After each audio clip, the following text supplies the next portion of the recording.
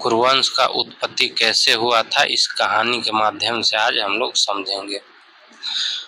पुराणों के अनुसार ब्रह्मा जी से अत्रि, अत्रि से चंद्रमा, चंद्रमा से बुध और बुध से इलांदन पुसरवा का जन्म हुआ था। इलांदन पुसरवा से आयु और आयु से राजा निहुस और निहुस से याइती उत्पन्न हुआ था। याइती से पुरुष हुआ और पुसरू के वंश में भारत और भारत के कुल में राजा कुरु हुआ। कुरु के वंश में शांतनु का जन्म हुआ। शांतनु से गंगा नंदन भीष्म का उत्पन्न हुआ। उनके दो छोटे भाई और थे, चित्रांगद और विचित्र वीर्य। ये शांतनु से सत्यवती के गर्भ से उत्पन्न हुए थे। शांतनु के स्वर्गलोक चले जाने पर भीष्म ने अविवाहित रहकर अपने भाई विचित्र वीर्य के राज्य का पालन किया। भीष्म महाभारत के प्रमुख पत्रों में से एक है। ये महाराज शांतनु के पुत्र थे। अपने पिता को दिए गए वचन के कारण इन्होंने जीवन ब्रह्मचर्य का व्रत लिया था। इन्हें इच्छा मृत्यु का वरदान प्राप्त था। एक बार हस्तिनापुर नरेश दुष्यंत आखेट खेलने वन में गए। जिस वन में वे शिकार के लिए गए थे, उसी वन में कानव ऋषि का आश्रम था। कानव ऋषि के दर्शन करने के लिए महाराज दुष्यंत उनके आश्रम पहुंच गए।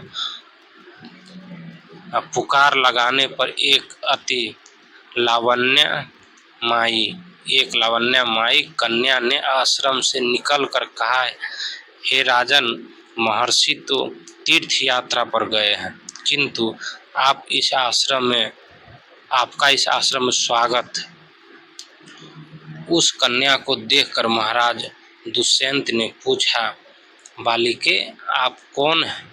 बालिके ने कहा, मेरा नाम शकुंतला है और मैं कनव ऋषि की पुत्री हूँ। उस कन्या की बात सुनकर महाराज दुष्यंत आश्चर्यचकित होकर बोले, महर्षि तो अजन्मा ब्रह्मचारी है, फिर आप उनके पुत्र कैसे हुए? उनके इस प्रश्न के उत्तर में शकुंतला ने कहा, वास्तव में मेरे माता पिता मेनका और विश्वामित्र है। मेरी माता ने मेरी जन्म होते ही मुझे वन में छोड़ दिया था, जहाँ पर शकुंत नामक पक्षी ने मेरी रक्षा की, इसीलिए मेरा नाम शकुंतला पड़ा। इसके बाद कनव ऋषि की दृष्टि मुझ पर पड़ी और वो मुझे अपने आश्रम में ले आए। उन्होंने ही मेरा भरण पोषण किया। जन्म देने वाले, पोषण करने वाले तथा अन्न देने वाले, ये तीनों ही पिता कहे जाते हैं। इस प्रकार कनव ऋषि मेरे पिता हुए। शकुंतला के वचन को सुनकर महाराज दुष्यंत ने कहा, शकुंतले, तुम क्षत्रिय कन्या हो। यदि तुम्हें किसी प्रकार का आपत्ति न हो तो मैं तुमसे विवाह करना चाहता हूँ। शकुंतला भी महाराज दुष्यंत पर मोहित हो चुकी थी, अतः उन्होंने अपनी स्वीकृति प्रदान कर दी। दोनों गंधर्व विवाह कर लिया। कुछ काल महाराज दुष्यंत ने शकुंतला के साथ विवाह करते हुए वन में व्यतीत किया। फिर एक दिन वो शकुंतला से बोला, प्रियतमे, मुझे अब अपना राज्य कार्य देखने के लिए हस्तिनापुर प्रस्थान करना होगा। महर्षि कनव के तीर्थ यात्रा से लौट आने पर मैं तुम्हें यहाँ से विदा कराकर अपने राजभवन में ले जाऊंगा। इतना कहकर महाराज ने शकुंतला को अपने प्रेम के प्रतीक के रूप में अपनी स्वर्ण मुद्रिका दी और हस्तिनापुर चले गए। एक दिन उसके आश्रम में दुर्वासा ऋषि पधारे। महाराज दुष्यंत के विरह में लीन होने के कारण शकुंतला को उनके आगमन का ज्ञान भी नहीं हुआ और उन्होंने दुर्वासा ऋषि का यथोचित स्वागत सत्कार नहीं किया। दुर्वासा ऋषि ने इसे अपना अपमान समझा और क्रोधित होकर बोला, बालिके, मैं तुझे शाप देता हूँ कि जिस किसी के ध्यान में लीन होकर तूने मेरा निरादर किया है वह तुझे भूल जाएगा। दुर्वासा ऋषि के शाप को सुनकर शकुंतला का ध्यान टूटा और वह उनके चरणों में गिरकर क्षमा प्रार्थना करने लगी। शकुंतला के क्षमा प्रार्थना से द्रवित होकर दुर्वासा ऋषि ने कहा, अच्छा, यदि तेरे पास उसका कोई प्रेम चिन्ह होगा तो उस चिन्ह को देख उसे तेरी स्मृति हो जाएगी। महाराज दुष्यंत के विवाह का शकुंतला गर्भवती हो गई थी। कुछ काल पश्चात कण्व ऋषि तीर्थ यात्रा से लौटे तब शकुंतला ने उन्हें महाराज दुष्यंत के साथ अपने गंधर्व विवाह के विषय में बताया। इस पर महर्षि कण्व ने कहा, पुत्री, विवाहित कन्या का पिता के घर में रहना उचित नहीं है। अब तेरे पिता का घर ही तेरा घर है। इतना कहकर महर्षि ने शकुंतला को अपने शिष्य के साथ हस्तिनापुर भिजवा दिया। मार्ग में एक सरोवर में आचमन करते समय महाराज दुष्यंत की दी हुई शकुंतला का अंगूठी, जो कि प्रेम चिन्ह थी, सरोवर में ही गिर गई। उस अंगूठी को एक मछली निगल गई।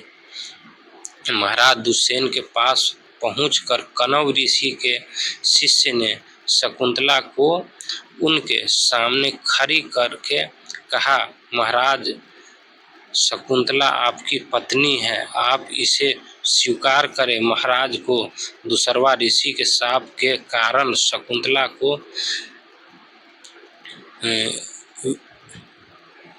विस्मृति कर चुके थे, अतः उन्होंने शकुंतला को स्वीकार नहीं किया और उस पर उल्टा होने का लक्षण लगाए।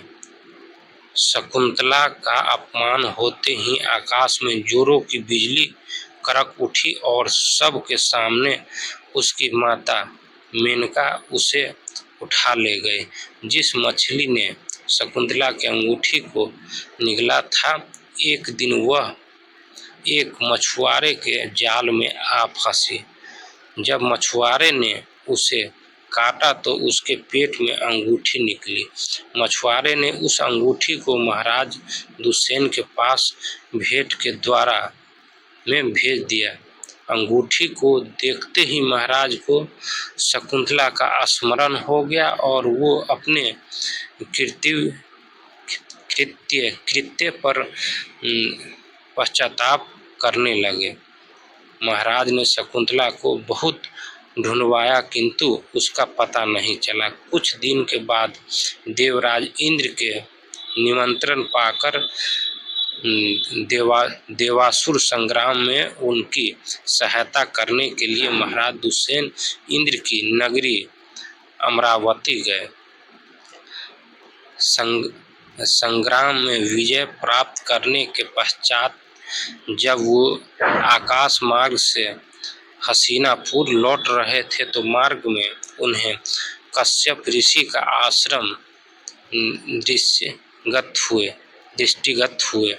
उनके दर्शन के लिए वो वहां रुक गए। आश्रम में एक सुंदर बालक एक भयंकर सिंह के साथ खेल रहा था। मेनका ने शकुंतला को कश्यप ऋषि के पास लाकर छोड़ा था तथा वह बालक शकुंतला का ही पुत्र था। उस बालक को देखकर महाराज का हृदय प्रेम का भवन उमड़ पड़ी। वो उसे गोद में उठाने के लिए आगे बढ़े तो शकुंतला का सखी चिल्ला उठी, भद्र रूप, आप इस बालक को न छुए, अन्यथा उसका भुजा में बांध काला डोरा सांप बनकर आपको डस लेगा। यह सुनकर ही दुष्यंत स्वयं को न रोक सके और बालक को अपने गोद में उठा लिया। अब सखी ने आश्चर्य से देखा कि बालक के भुजा में बांधा काला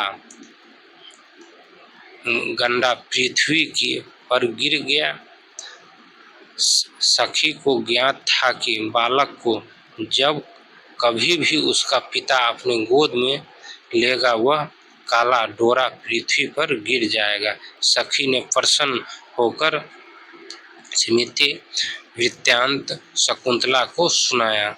शकुंतला महाराज दुष्यंत के पास आई। महाराज ने शकुंतला को पहचान लिया। उन्होंने अपने कृत्य के लिए शकुंतला के क्षमा प्रार्थना के लिए और कश्यप ऋषि के आज्ञा लेकर उसे अपने पुत्र सहित अपने साथ हस्तिनापुर ले आए। महाराज दुष्यंत और शकुंतला के उस पुत्र का नाम भरत था।